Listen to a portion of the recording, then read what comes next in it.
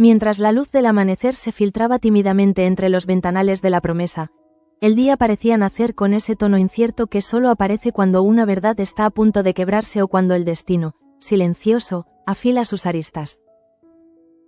Todo en la casa respiraba un aire de inquietud imperceptible, una tensión que se adhería a los pasillos como un eco de algo que aún no había sucedido pero que ya buscaba su lugar en los corazones de quienes habitaban aquel mundo suspendido entre privilegio y dolor. Manuel, desde muy temprano, había sentido ese pulso extraño bajo la piel, una mezcla de convicción y desasosiego que lo empujaba a moverse entre el hangar y la casa sin encontrar un punto de reposo. Que Toño y Enora hubieran trabajado a sus espaldas no era solo un golpe a su autoridad, era también un recordatorio de cuán frágiles podían llegar a ser la confianza y la lealtad cuando el futuro dependía del rugido de un motor. A su vez, en el hangar impregnado de ese olor metálico que anticipa la posibilidad de algo grande. Oh, terriblemente irreversible. El joven marqués repasaba con los dedos las piezas del aeroplano, como si necesitara tocar con las manos la traición y el ingenio que se escondían en aquellas mejoras no autorizadas. No había rencor en su mirada, solo una determinación que provenía de lugares más profundos. Demostrar que era capaz de dominar aquello que lo había convertido en un hombre distinto, un hombre herido pero también más consciente de quién era cuando los demás dejaban de esconder su verdadera naturaleza. Enora y Toño observaban desde la puerta, intercambiando miradas cargadas de esa inquietud que crece cuando uno sabe que ha cruzado un límite que quizá no podrá desandar. Precisamente en ese instante, cuando Manuel subió a la cabina y el viento frío golpeó sus mejillas con la fuerza de un presagio, algo dentro de él se ordenó. Ajustó los mandos, respiró hondo y dejó que su memoria recordara el primer día que sintió el cielo como un hogar. Confiaba en su instinto, incluso más que en la máquina, y sin mirar atrás, con el rugido del motor abriéndose paso entre la quietud matinal, hizo despegar la aeronave hacia una línea de horizonte que parecía prometer respuestas y peligros a partes iguales. Enora siguió el ascenso con el corazón encogido. Sabía que aquel vuelo era más que una prueba mecánica. Era una declaración de independencia, una respuesta silenciosa a la traición que ella misma había cometido al trabajar sin su consentimiento. Toño, por su parte, tenía la mirada fija en la silueta que se perdía entre las nubes, dividido entre el orgullo por el logro y el temor a que algo saliera mal. Nunca habían imaginado que Manuel no dudaría en ser él mismo el primero en enfrentar el riesgo. El cielo, sin embargo, no devolvió el eco del motor durante un largo rato, y aquella ausencia comenzó a convertirse en una sombra que avanzaba lentamente sobre ambos, como una amenaza indefinida. Mientras tanto, en la casa, Curro caminaba con pasos indecisos por los corredores silenciosos. Desde que Ángela había aceptado que la boda con Lorenzo siguiera adelante, su comportamiento le resultaba cada día más desconcertante. Ella, siempre tan transparente en sus emociones, ahora se mostraba inexplicablemente serena, como si hubiese aceptado de antemano un destino que no le pertenecía. El joven, incapaz de conciliar aquella calma con la tormenta que debía desatarse en su interior, se preguntaba si aquella frialdad no era en realidad un grito apagado, un modo de sobrevivir a algo que nadie más estaba viendo. A su vez, Pía observaba a Curro desde la distancia con la intuición propia de quien ha visto demasiadas veces cómo las personas ocultan su dolor para evitar que otros carguen con él. Le prometió al muchacho que hablaría con Ángela, no porque creyera tener todas las respuestas, sino porque entendía que a veces basta una conversación honesta para revelar grietas que el silencio se empeña en disimular. Por su parte, Alonso recorría el salón con esa expresión ausente que se ha vuelto habitual en los hombres que cargan el peso de un apellido herido. Hizo todo lo posible por convencer a Leocadia de cancelar el enlace, pero la mujer, firme como una pared construida a base de resentimientos y ambiciones, no cedió ni un ápice. Su negativa no era caprichosa, era estratégica. Cada pieza del tablero había sido colocada para garantizar que Ángela cumpliera el destino familiar, sin importar cuánto dolor arrastrara consigo. Y así, exhausto por la inutilidad de sus esfuerzos, el marqués anunció su repentina partida, evitando explicar el destino o la duración del viaje. Nadie supo interpretar del todo aquel gesto, pero Pía percibió algo parecido a un intento de huida, un impulso desesperado de alejarse del peso que los años habían depositado sobre sus hombros. En otra esquina de la casa, Jacobo preparaba su equipaje sin permitir que Martina lo ayudara. Había decidido marcharse a ver a sus padres, no porque quisiera alejarse de ella, sino porque sentía la necesidad urgente de poner en orden un futuro que comenzaba a desdibujarse entre inseguridades y expectativas ajenas.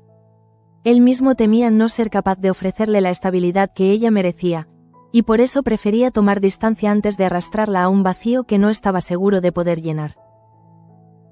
Martina, aunque devastada, entendió ese repliegue emocional como un signo de respeto más que de rechazo, pero aún así la herida comenzó a abrirse silenciosa en su interior. Poco después, el ambiente en la zona de servicio también se impregnó de inquietud. María Fernández, con las manos inquietas y la mirada perdida, evitaba a Carlo con la torpeza de quien esconde una verdad demasiado grande para pronunciarla. Cada vez que él intentaba acercarse, ella esquivaba la conversación como si temiera que una simple palabra fuera suficiente para derrumbar el frágil equilibrio que sostenía su vida. Samuel, vigilante e incapaz de ocultar su animadversión hacia Carlo, se movía por los pasillos con un recelo casi obsesivo, como si temiera que cualquier error del recién llegado pudiera lastimar a María más de lo que ya lo estaba. Para ella, sin embargo, lo más doloroso no era la duda de Samuel, sino la certeza de que tarde o temprano tendría que enfrentar la verdad de su embarazo y las consecuencias que traería para todos. En paralelo, Lope caminaba con paso firme hacia la cocina después de la tensa revelación que Petra había compartido. Saber que Santos había estado robándole sus recetas era una traición que le dolía en un lugar profundo, un lugar moldeado por años de esfuerzo y por la necesidad de demostrar que su talento merecía un espacio propio. Vera intentaba acompañarlo con palabras suaves, pero incluso ella entendía que había heridas que solo el tiempo podía desinfectar. Lope, decidido a no permitir que esa injusticia quedara impune, anunció que confrontaría a Santos frente a Cristóbal, porque la verdad debía ser defendida incluso cuando incomodara a todos los involucrados. Y Santos, con esa obstinación que solo tienen quienes prefieren el orgullo a la responsabilidad, continuaba negando su culpa como si la negación fuera suficiente para borrar sus huellas. Mientras tanto, el cielo comenzaba a teñirse con tonalidades doradas y rosadas, y el hangar seguía sumido en un silencio tan denso que parecía absorber los latidos de quienes aguardaban. Toño miraba su reloj con insistencia, y Enora comenzaba a morderse el labio con un nerviosismo que se contagiaba al aire. Manuel no debería tardar tanto. El motor, aunque mejorado, no era tan distinto al que él conocía. Sin embargo, algo en la forma en que el viento golpeaba ahora las paredes del hangar hacía que la incertidumbre fuera casi una presencia física entre ambos. Por fin, un débil murmullo mecánico pareció llegar desde la distancia, pero desapareció al instante, como si el cielo estuviese jugando con ellos una cruel ilusión. Enora sintió un vértigo súbito, una punzada helada en el pecho. Toño, más pragmático pero igualmente asustado, se obligó a respirar hondo antes de murmurar que debían confiar en Manuel, que él era capaz de manejar cualquier imprevisto. Pero incluso sus palabras temblaban. Habían trabajado a escondidas, habían arriesgado la confianza del marqués y ahora quizá habían puesto en peligro su vida sin desearlo. Las consecuencias comenzaban a dibujarse como sombras alargadas, difíciles de ignorar. En el interior de la casa, la noticia del vuelo comenzó a moverse como un susurro inquieto entre los pasillos. Curro sintió un nudo en la garganta al enterarse de que Manuel aún no regresaba, porque aunque sus vidas estaban sumidas en dilemas distintos, el vínculo entre ellos seguía siendo uno de los pocos cimientos firmes que tenía. Pía alzó la mirada hacia la ventana, como si pudiera ver más allá del horizonte, tratando de descifrar si aquel silencio era solo una demora o el preludio de un capítulo mucho más oscuro. Justo en ese momento, un viento áspero recorrió el exterior de la promesa, levantando hojas secas y arrastrando consigo una sensación de presagio. Y así, con los corazones suspendidos entre la esperanza y el temor, todos comenzaron a comprender que ese día no sería uno más, sino el principio de una cadena de revelaciones que cambiarían para siempre el destino de la casa, de sus habitantes y de aquellos que aún luchaban por descubrir cuál era su lugar en un mundo que se movía demasiado rápido, incluso para quienes creían tenerlo todo bajo control. Poco después de que la inquietud comenzara a instalarse como un huésped silencioso dentro de la promesa, las horas siguieron avanzando con esa cadencia pesada que solo aparece cuando cada minuto parece arrastrar consigo la posibilidad de un desenlace imprevisible. El aire se volvió denso, casi espeso, como si la casa entera respirara con dificultad ante la ausencia prolongada de Manuel. Nadie lo decía en voz alta, pero incluso los pasos de la servidumbre parecían más cautelosos, como si temieran que el eco de sus movimientos pudiera quebrar la frágil línea entre la esperanza y el miedo. Lo que al principio era una simple prueba de vuelo empezaba a transformarse en una sombra que se extendía sobre cada rincón, recordando a todos que la vida del heredero de los Luján pendía de un hilo invisible. Mientras tanto, en el hangar, Enora intentaba mantener la compostura, aunque su rostro ya exhibía ese temblor casi imperceptible que aparece cuando la culpa comienza a reclamar su espacio. A su lado, Toño caminaba de un lado a otro, incapaz de evitar ese impulso nervioso que lo empujaba a buscar señales donde solo había viento y silencio. Habían trabajado durante semanas, soñando con demostrar su talento, deseando que Manuel pudiera ver en ellos algo más que dos ayudantes bien intencionados. Pero ahora, frente a la posibilidad de que aquel motor mejorado hubiese traído consecuencias irreparables, la ambición se convertía en un peso insoportable. Y cada minuto que pasaba sin que el aeroplano regresara parecía hundirlos más en un abismo donde la responsabilidad no tenía escapatoria. Enora, con la voz temblorosa, apenas logró preguntar qué pasaría si algo le había ocurrido a Manuel. Pero Toño, aunque igual de asustado, se esforzó en responderle que él siempre había sido capaz de salir adelante incluso en los momentos más difíciles. El problema, sin embargo, no estaba solo en lo que había podido sucederle en el aire, sino en lo que sucedería si regresaba y descubría que sus vidas profesionales, y quizás algo más profundo, habían sido cimentadas sobre un acto de deslealtad. Fue entonces cuando Toño, cruzando las manos con una mezcla de resignación y temor, se atrevió a preguntar qué serían ellos dos a partir de ahora, si es que aún existía un ellos, después de todo lo ocurrido. Enora guardó silencio, incapaz de articular una respuesta que no fuera un nudo en la garganta. El sentimiento que compartían, vago pero creciente, parecía desmoronarse ante la realidad de un error que podría costarles no solo la confianza de Manuel, sino también la oportunidad de descubrir si el futuro tenía reservado un espacio para ambos. Al cabo de un momento, en los salones principales, Curro se debatía entre la angustia por Manuel y la sombra persistente que rodeaba a Ángela. El muchacho no podía entender cómo era posible que ella mostrara tanta serenidad ante un matrimonio que la estaba condenando poco a poco. Su actitud, tan contenida, tan inexplicablemente firme, lo inquietaba más que cualquier lágrima. Era como si Ángela hubiese levantado una muralla impenetrable, un refugio donde solo ella conocía la verdad de lo que estaba dispuesta a sacrificar. Pía lo observaba desde la distancia, con esa sabiduría silenciosa que nace del dolor propio, y entendió que era el momento de intervenir. Se acercó a él con suavidad, invitándolo a confiar en que no todo estaba perdido, aunque la vida se empeñara en rodearlos de laberintos imposibles. Y prometió hablar con Ángela para descifrar ese misterio que tanto lo atormentaba. Mientras la tensión se extendía como un hilo invisible, en otra parte de la casa, Carla cerró una bandeja con movimientos torpes. La incertidumbre por lo que pasaba en el hangar se mezclaba con su propio temor a que la verdad que escondía, esa vida que crecía dentro de ella, acabara derrumbando todas las certezas que creía tener. Samuel la miraba desde el pasillo con esa mezcla de preocupación y frustración que no lograba disimular. Para él, Carlos representaba un riesgo, no porque fuese un hombre malvado, sino porque había entrado en su vida de forma abrupta, desplazando sentimientos que él no sabía cómo manejar. En cambio, Carlo caminaba por la casa con humildad pero con una inseguridad creciente, consciente de que no era bien recibido por todos, especialmente por un sacerdote que parecía conocerlo solo por su peor versión. Y aunque él tampoco imaginaba la verdad que María guardaba celosamente, presentía que algo importante se desarrollaba bajo la superficie. En otra estancia, Lope ajustaba nerviosamente su delantal mientras repasaba mentalmente la discusión que tendría con Santos. El cocinero sabía que no era un hombre conflictivo, pero la traición tenía un sabor amargo imposible de disimular. Había dedicado su vida a perfeccionar recetas, a entender el alma de cada ingrediente, y descubrir que alguien había tomado sus creaciones para beneficio propio lo hería en lo más profundo. Vera intentó tranquilizarlo, recordándole que Cristóbal sabría ser justo y que él no estaba solo. Pero Lope, con esa mezcla de orgullo y vulnerabilidad, temía que la situación se convirtiera en un espectáculo doloroso. Aún así, debía defender su trabajo. Y, sobre todo, debía defender su dignidad. Mientras todo eso ocurría de puertas adentro, en el exterior la luz comenzaba a cambiar. El cielo, que al amanecer había ofrecido un tono cálido, ahora parecía más frío, como si la incertidumbre hubiera alcanzado incluso a la naturaleza.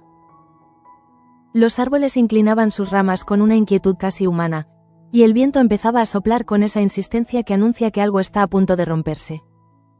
Fue entonces cuando Pía, mirando hacia la entrada principal, notó que varias personas comenzaban a reunirse, como si una marea silenciosa las empujara hacia un punto común.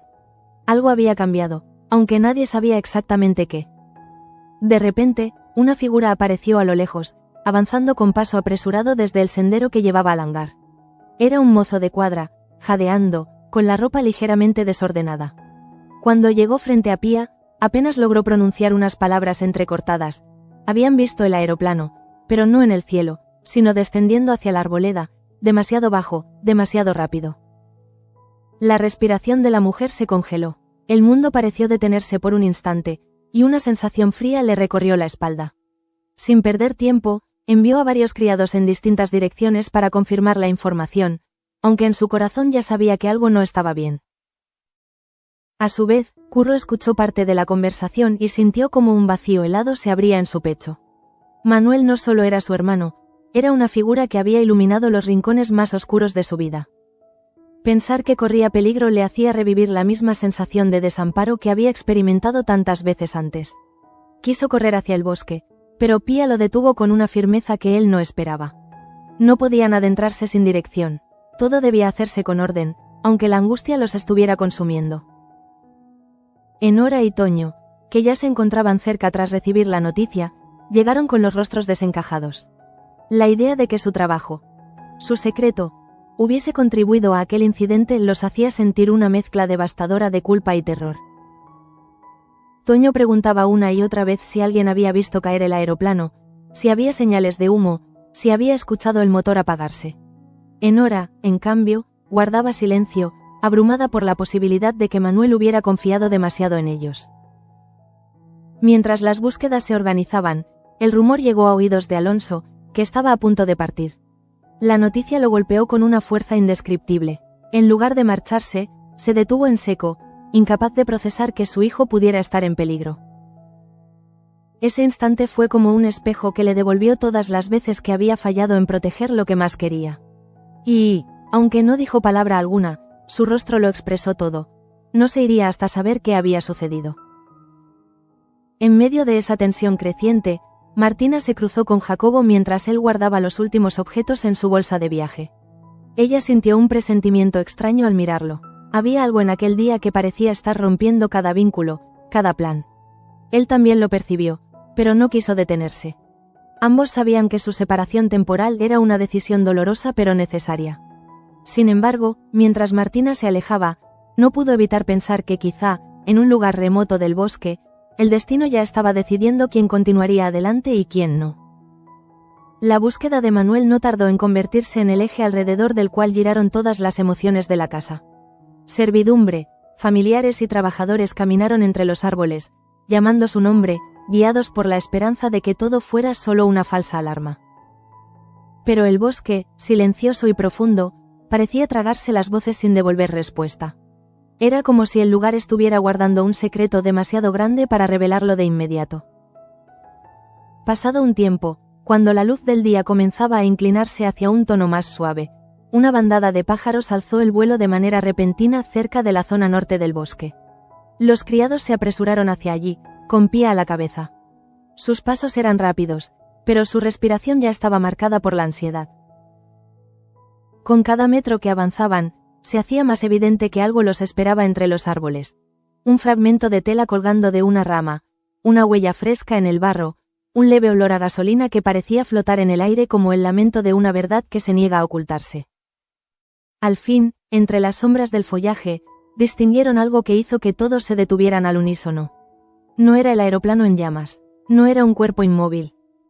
Era simplemente un pedazo metálico, parte del fuselaje, que parecía haber sido arrancado en pleno vuelo y proyectado contra los árboles. No había señales del resto, pero aquel fragmento, pequeño y solitario, era suficiente para encender el miedo más profundo en cada uno de los presentes. Y así, mientras el sol declinaba y la incertidumbre se hacía más pesada, la promesa quedó suspendida en un silencio que presagiaba que nada volvería a ser como antes. Algo se había roto en el aire, no solo en el motor del aeroplano, sino en los corazones de quienes esperaban su regreso. La tarde cayó lentamente sobre la Promesa, extendiendo sobre la finca un velo dorado que, lejos de traer calma, acentuaba la inquietud que se había instalado desde la desaparición de Manuel.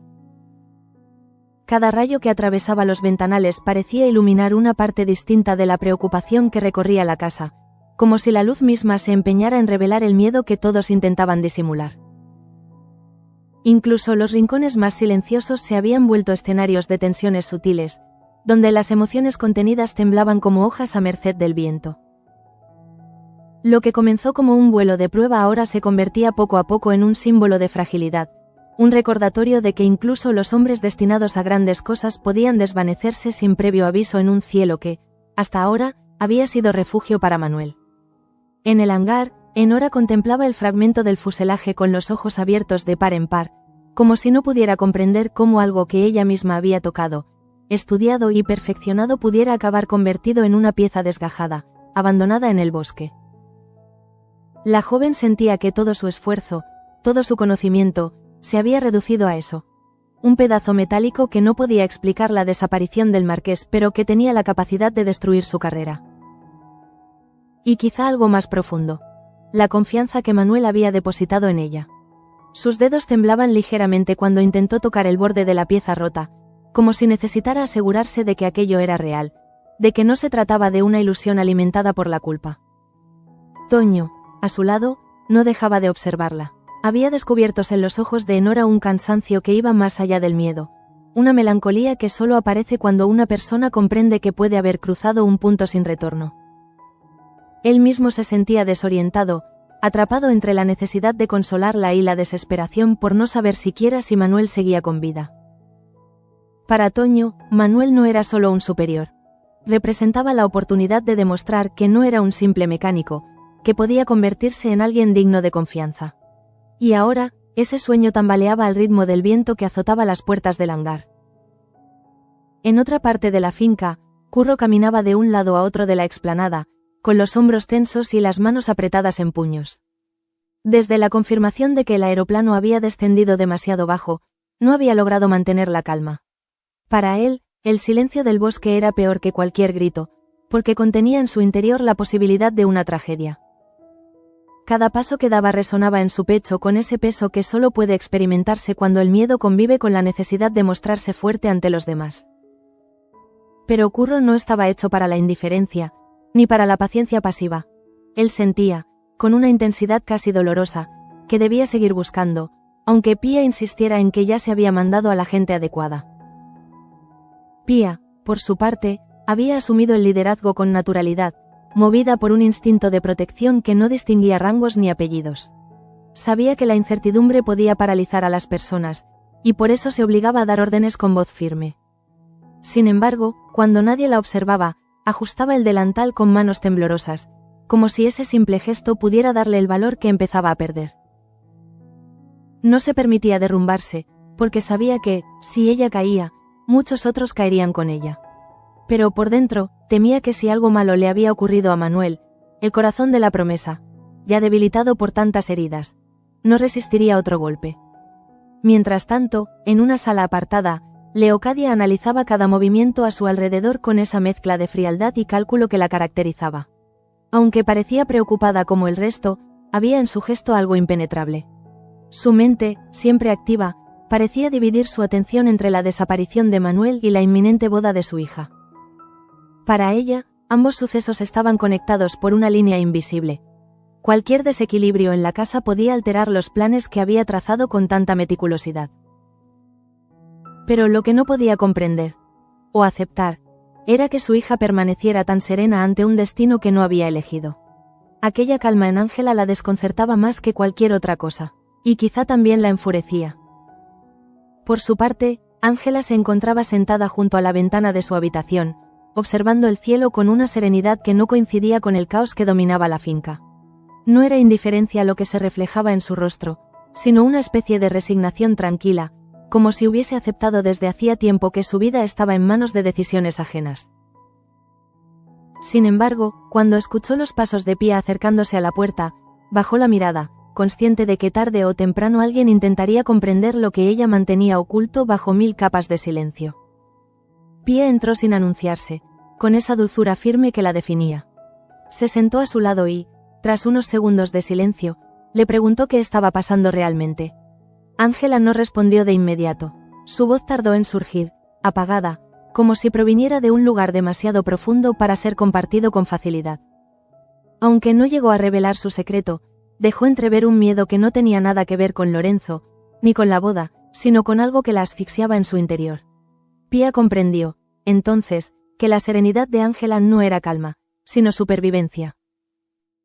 En otra estancia de la casa, la tensión también crecía entre Samuel, María y Carlo. La joven, harta de sentir que todos decidían por ella, apenas podía disimular el temblor de sus manos cuando escuchaba el nombre de Carlo. Sabía que debía contarle la verdad, pero la palabra embarazo se le atascaba en la garganta como si fuera una espina imposible de arrancar. Carlo, tan ingenuo como esperanzado, intentaba acercarse a ella con timidez, mientras Samuel vigilaba cada gesto suyo con ojos tan afilados que parecían capaces de atravesarlo. María sentía que vivía atrapada entre dos mundos, uno que la condenaba por haber elegido a Carlo, y otro que la ataba al silencio por miedo a lo que esa verdad implicaría. Mientras tanto, en la zona de servicio, las tensiones entre Lope y Santos alcanzaban un punto crítico. El cocinero, con las manos apoyadas sobre la mesa de madera, recibía a Cristóbal con un respeto que rozaba la solemnidad. Muy pocas veces había acudido al mayordomo con la determinación que mostraba ahora. Vera lo observaba desde la distancia, consciente de que aquel momento marcaría un antes y un después no solo para Lope, sino para todo el servicio. Cuando Lope relató con voz firme la traición de Santos, cada palabra parecía cargada de una tristeza que pesaba más que la ira. Para él, el dolor no provenía del robo en sí, sino del hecho de que alguien a quien había querido ayudar hubiese respondido con engaño. Cristóbal escuchó en silencio, su rostro imperturbable, pero sus ojos revelaban una mezcla de decepción y gravedad. El mayordomo no toleraba la deslealtad, y todos los presentes sabían que la sentencia que pronunciara sería definitiva. En la cocina, Petra seguía de cerca la situación con una mezcla de culpa y alivio. Al revelar la verdad, había dado un paso que nunca antes se había permitido. Durante años había cimentado su lealtad en la persona equivocada, obedeciendo a Cruz sin cuestionar las consecuencias. Ahora, sin embargo, se encontraba en el umbral de una nueva dinámica, más incierta y arriesgada, pero también más honesta. Lo que la sorprendía era que, a pesar de saber que su confesión había desmoronado la fachada de Santos, no sentía remordimiento. Lo que la movía no era la venganza, sino el deseo tenue, pero auténtico, de comenzar a actuar en favor de quienes siempre habían mostrado una lealtad verdadera. Justo en ese momento, un murmullo creciente comenzó a recorrer los pasillos. La servidumbre regresaba del bosque, algunos con el rostro desencajado, otros con una ansiedad difícil de disimular. Pia se apresuró a reunirse con ellos. Lo que más la inquietó no fue lo que dijeron, sino lo que no pudieron decir, que no habían encontrado a Manuel. El fragmento del fuselaje era todo lo que tenían. Ninguna señal del aeroplano, ningún rastro del piloto. El bosque parecía haberse cerrado sobre sí mismo, guardando el secreto en su interior como un pacto oscuro con el destino. En el patio, la angustia se expandió como una grieta que se abre lentamente, erosionando la tranquilidad de todos. Curro, al enterarse de que no había novedades, sintió como su pecho se contraía hasta doler. Quiso correr él mismo hacia el bosque, pero Pia lo detuvo de nuevo. Esta vez, no con firmeza, sino con dolor. Ella también estaba asustada, muy asustada. A lo lejos, Enora y Toño se quedaron inmóviles. Era la confirmación de aquello que temían desde el primer instante, que Manuel no estaba simplemente retrasado, sino verdaderamente desaparecido. Y con esa desaparición, todo lo que ellos habían construido, conocimiento, ambición, sueños, se tambaleaba. Porque, si algo le había ocurrido al joven marqués, serían ellos quienes cargarían para siempre con una culpa irreparable. Dentro de la casa, un silencio casi sagrado se extendió cuando Alonso apareció en el vestíbulo. Su postura, cansada pero decidida, reflejaba una mezcla de culpa y responsabilidad. Observó a cada uno de los presentes, como si buscara en sus rostros la fuerza que le faltaba. No dijo palabra alguna, pero su presencia fue suficiente para que todos comprendieran que aquel día sería recordado como un punto de inflexión. Y mientras las sombras de la tarde se alargaban sobre la promesa, una certeza comenzó a nacer en los corazones de quienes esperaban. Que la desaparición de Manuel no era solo un accidente, sino un presagio de que los días venideros traerían cambios irrevocables, decisiones difíciles y secretos que estaban a punto de salir a la luz. La noche comenzó a caer sobre la promesa como una cortina pesada, lenta, casi ritual, envolviendo cada rincón de la finca en tonos oscuros que parecían absorber la angustia latente en el aire. El día había sido interminable, un desfile de temores, silencios y miradas que evitaban encontrarse para no revelar lo que todos presentían. Que la desaparición de Manuel no era un simple retraso, sino un abismo que se abría bajo sus pies. Con el correr de las horas, la incertidumbre se fue convirtiendo en un sentimiento casi físico, un nudo que apretaba la garganta de quienes conocían y querían al heredero de los Luján. Cada minuto que pasaba sin noticias era una gota de tensión cayendo sobre el espíritu colectivo de la casa, como si el tiempo se hubiera aliado con el miedo para empujar a todos a una desesperación silenciosa. Mientras tanto, en el interior de la casa, las luces comenzaron a encenderse una a una, dibujando sombras alargadas sobre las paredes. Parecía que la propia construcción, normalmente tan imponente y segura, se encogía ante la posibilidad de haber perdido a uno de sus pilares. En el salón principal, Pía intentaba mantener a la servidumbre en calma, aunque su rostro traicionaba un cansancio profundo, ese que nace de la responsabilidad emocional más que de la física. Les pedía que comieran algo, que descansaran un poco, pero nadie tenía hambre ni sueño. La preocupación se había instalado en los corazones como una enfermedad silenciosa, difícil de combatir. Curro, sin embargo, no podía permanecer quieto. Había pasado horas caminando de un lado a otro, subiendo y bajando escaleras, saliendo al patio para mirar el horizonte como si esperara que en cualquier momento apareciera la silueta del aeroplano recortándose contra el cielo oscuro. Su agitación contrastaba con la serenidad inquietante de Ángela, que lo observaba desde la distancia sin intervenir. Había una densidad emocional entre ambos que parecía intensificarse con cada hora que pasaba, como si la tragedia exterior hubiera despertado un eco íntimo y doloroso en su relación. Mientras tanto, Alonso permanecía en su despacho, con la puerta entornada. La soledad de esa estancia, normalmente refugio de decisiones racionales, ahora era escenario de un combate interno desgarrador. Había dejado sobre la mesa su carta de navegación, esa que lo acompañaría en el viaje que había planeado, pero la tinta ya le parecía ajena, irrelevante ante la posibilidad de que su hijo estuviera en peligro. El marqués había enfrentado muchas pérdidas en su vida, había enterrado ilusiones, aceptado derrotas, soportado cargas que nadie más conocía, pero la idea de perder a Manuel era demasiado. Lo que más lo atormentaba, sin embargo, era otro pensamiento, que quizá había fallado demasiado como padre, que habían pasado años sin decirle lo mucho que lo admiraba, lo mucho que lo quería. Aquella noche, todos esos silencios acumulados lo oprimían como si le faltara el aire. En la cocina, mientras Simona y Candela terminaban de preparar algo caliente por si los buscadores regresaban exhaustos, se escuchaban murmullos agitados. Ambas mujeres, pese a su fortaleza cotidiana, no podían disimular la congoja. Simona recordaba a Manuel como ese niño que corría entre los pasillos con una alegría que llenaba la casa, mucho antes de que el mundo lo empujara a convertirse en un hombre. Candela, por su parte, no dejaba de repetir que el cielo era injusto, que no podía arrebatarle a la familia a alguien que todavía tenía tanto por vivir, tanto por dar. A pesar de su temor, las dos se aferraban a la esperanza, esa que, aunque delgada, parecía ser lo único que mantenía la casa en pie. Enora y Toño, sin poder soportar la tensión del hangar ni la culpa que los perseguía como una sombra, habían regresado a la zona de trabajo, pero solo para reencontrarse con el silencio más devastador. El motor, que horas antes había representado una promesa, ahora era un recordatorio de su posible error. Toño se quedó mirando la cabina vacía, como si esperando que Manuel apareciera de repente, sonriendo, orgulloso del trabajo que habían realizado. Pero la ausencia lo desarmaba. Enora, incapaz de seguir sosteniendo el peso de la culpa, apoyó sus manos en la mesa y comenzó a llorar en silencio. Toño quiso consolarla, pero ni él mismo encontraba consuelo dentro de su tormenta emocional. Ambos comprendían que, si algo malo había ocurrido, tendrían que convivir para siempre con la responsabilidad de haber impulsado a Manuel a realizar aquel vuelo.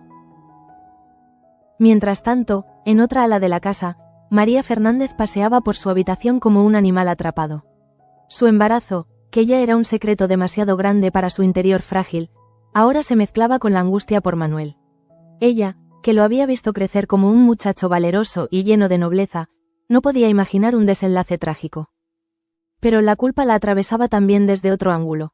¿Cómo podía contarle a Carlo la verdad en un día en que la casa entera estaba sumida en el desconcierto? ¿Cómo podía hablar de una vida nueva cuando la posibilidad de otra muerte se cernía sobre ellos? Samuel, desde el pasillo, observaba la puerta entreabierta con el ceño fruncido, convencido de que algo grave estaba ocurriendo en la vida de María, pero incapaz de entender cuánto dolor llevaba ella dentro. En ese mismo instante, los criados que habían sido enviados al bosque comenzaron a regresar poco a poco, agotados, con las ropas cubiertas de hierba y barro. El silencio en sus rostros decía más que cualquier palabra. No había señales de Manuel. Ninguna. El fragmento metálico seguía siendo la única pista. La noche, envolviendo el bosque, había hecho imposible continuar la búsqueda con seguridad. Y así, la promesa tenía que enfrentarse a la peor de las realidades: esperar. La noticia cayó como una losa entre los presentes cuando Pía la transmitió con voz temblorosa. A Curro se le quebró la postura, como si el alma se le fuera deshaciendo por dentro.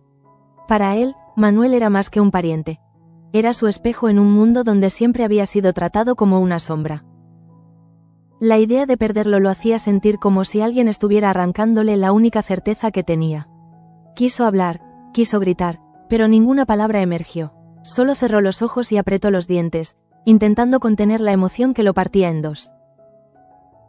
Ángela, desde su rincón, lo observaba con una mezcla angustiosa de ternura y temor. Algo en su mirada parecía querer decirle que ella también estaba atrapada en una tormenta emocional que no podía compartir con nadie.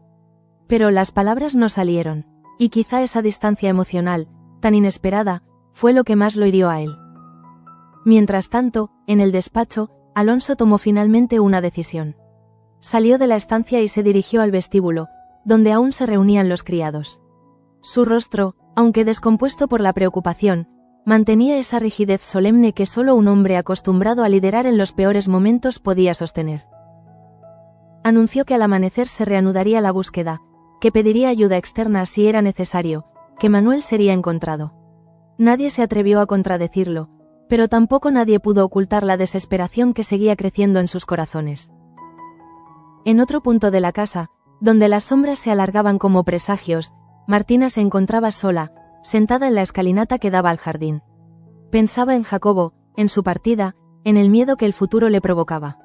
Pero cuando escuchó las voces lejanas de quienes hablaban sobre Manuel, algo dentro de ella se tensó. Comprendió, quizá por primera vez de manera visceral, que la vida no podía sincronizarse con los deseos personales. Que los planes podían desmoronarse en un segundo. Que la pérdida podía estar a la vuelta de una noche oscura. Para ella, que ya se encontraba emocionalmente fracturada, aquella crisis parecía subrayar la fragilidad de todo lo que había creído seguro. De vuelta en la cocina, Simona y Candela ofrecieron tazas humeantes a los criados que regresaban, intentando con ese gesto sencillo combatir el frío de la noche y el escalofrío del miedo. Nadie tenía fuerzas para sonreír, pero los sorbos calientes parecían devolver un poco de humanidad al ambiente. Fue Candela quien, en un instante de lucidez dolorosa, murmuró algo que solo Simona escuchó.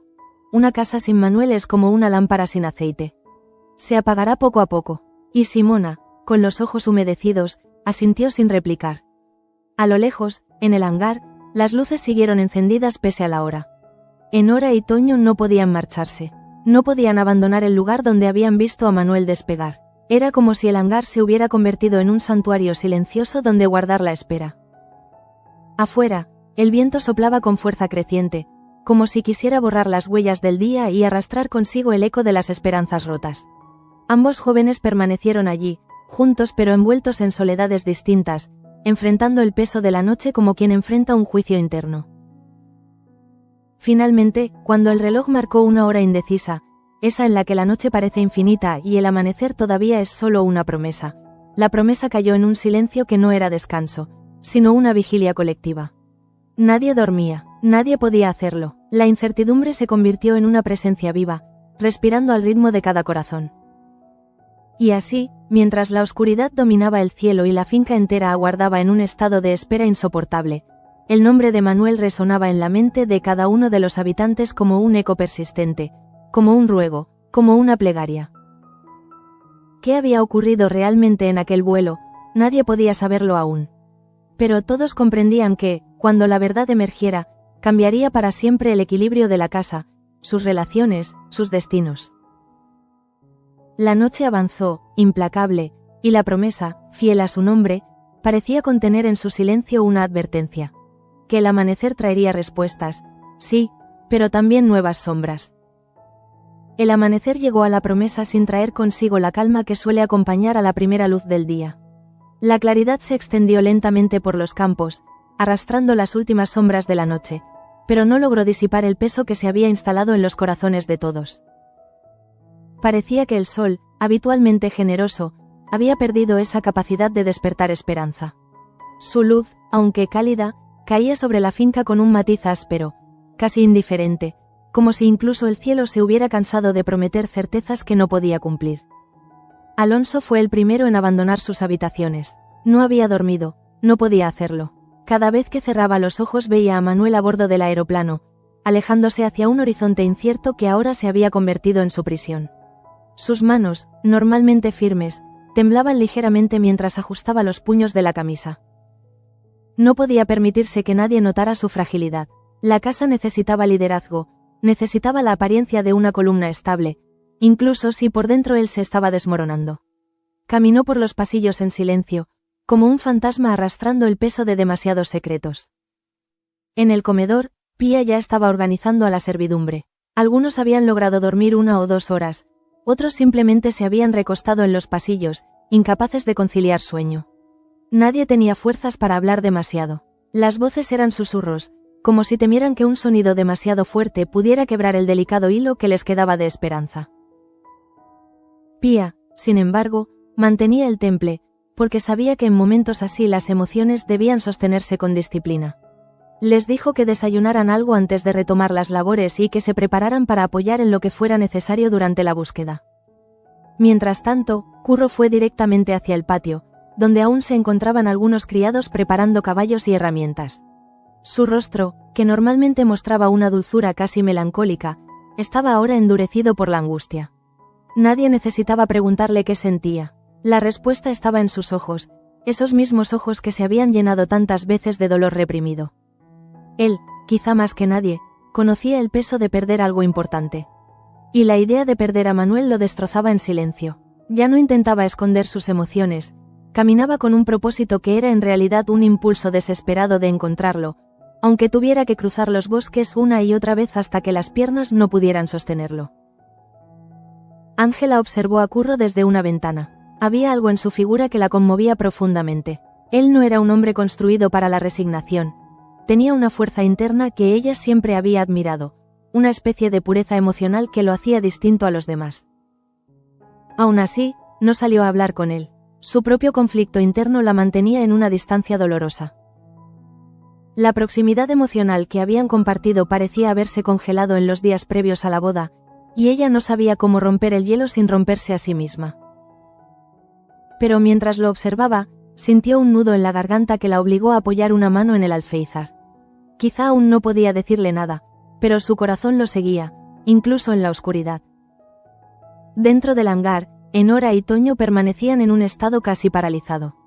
No habían dormido tampoco. Toño llevaba horas revisando una y otra vez los planos del motor, como si en algún detalle escondido pudiera encontrar la clave del accidente, algún error minúsculo que pudiera explicar qué había ocurrido en el aire. Pero no era solo el análisis técnico lo que lo atormentaba, era la certeza de que Manuel había confiado en ellos incluso después de que le ocultaran la verdad. Esa confianza, ahora, parecía haberse convertido en un filo que se les clavaba cada vez más profundo. Enora, por su parte, estaba sentada en una esquina del hangar, abrazándose las rodillas. Su rostro tenía la palidez de quien se encuentra al borde del derrumbe emocional. Cada sonido la hacía sobresaltarse, cada murmullo desde el exterior la hacía esperar lo peor. Ella sabía que había cruzado límites, no por maldad, sino por ambición, por querer demostrar algo que quizá no necesitaba demostrar. Pero ahora, enfrentándose a la posibilidad de que ese impulso hubiera puesto en riesgo la vida del joven marqués, sentía que su mundo se desmoronaba ladrillo por ladrillo. Mientras tanto, en la entrada principal de la casa, el aire comenzó a llenarse de movimiento. Cristóbal coordinaba al personal con la eficiencia que lo caracterizaba, distribuyendo tareas con una calma que ocultaba su propia angustia. Pese a su compostura, incluso él mostraba un ceño ligeramente fruncido, señal de que la situación lo afectaba más de lo que estaba dispuesto a admitir. A su vez, Vera se acercó a Lope, que parecía haber perdido su habitual energía. El conflicto con Santos había quedado relegado a un segundo plano ante la desaparición de Manuel. Lope era un hombre de principios, pero también de corazón, y la preocupación por el marqués lo había conmovido profundamente.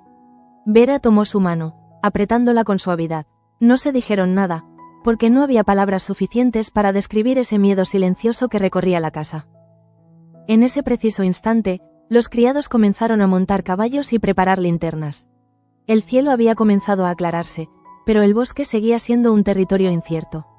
El plan era extender la búsqueda hacia zonas más profundas, aquellas que no habían podido explorar durante la noche. Alonso anunció que él mismo iría, pese a los intentos de Cristóbal de persuadirlo de que se quedara.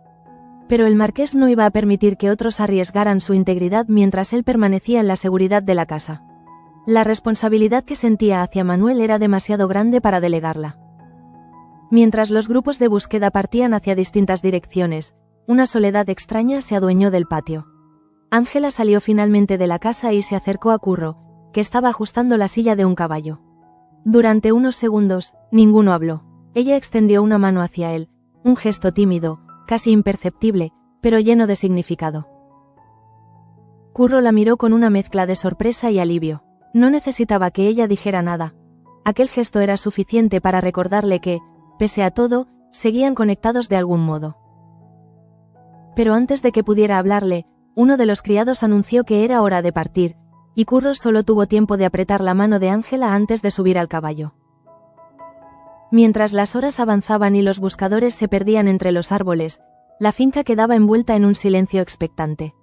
Martina, que había intentado distraerse revisando cartas y objetos personales de Jacobo, finalmente dejó caer todo sobre la cama al escuchar el sonido lejano de un caballo regresando. Su corazón se detuvo un instante, como si intuyera que algo importante estaba por revelarse. Pero cuando salió al pasillo, descubrió que no era un mensajero con respuestas, sino solo uno de los criados que necesitaba agua y descanso. La decepción fue tan intensa que tuvo que apoyarse en la pared para recuperar el aliento. En el salón, María Fernández se esforzaba por ayudar con los preparativos, pero la ansiedad la traicionaba. Cada golpe de vajilla, cada ruido brusco, hacía que diera un respingo. Finalmente, al no poder sostener más la tensión, salió al pasillo para respirar. Fue entonces cuando se encontró con Carlo, que la observaba con genuina preocupación. Él intentó acercarse, pero ella retrocedió instintivamente, temiendo que una conversación en ese momento pudiera desmoronarla por completo. Sin embargo, Carlo no desistió. Se acercó de nuevo, con una suavidad que no buscaba respuestas, sino compañía. Ese gesto, tan sencillo como humano, hizo que a ella se le llenaran los ojos de lágrimas. Pero no llegó a hablar, no podía, todavía no. Mientras tanto, el día continuó avanzando sin que hubiera señales de Manuel. Los grupos de búsqueda regresaron uno a uno, agotados, algunos con pequeñas pistas confusas, una rama rota, una huella poco clara, pero ninguna evidencia sólida de dónde podría encontrarse. Alonso escuchó cada informe con atención, sin permitir que el desánimo se reflejara en su rostro. Pero cuando se quedó solo, apoyó las manos en la mesa más cercana y dejó caer la cabeza, vencido por el peso de lo desconocido.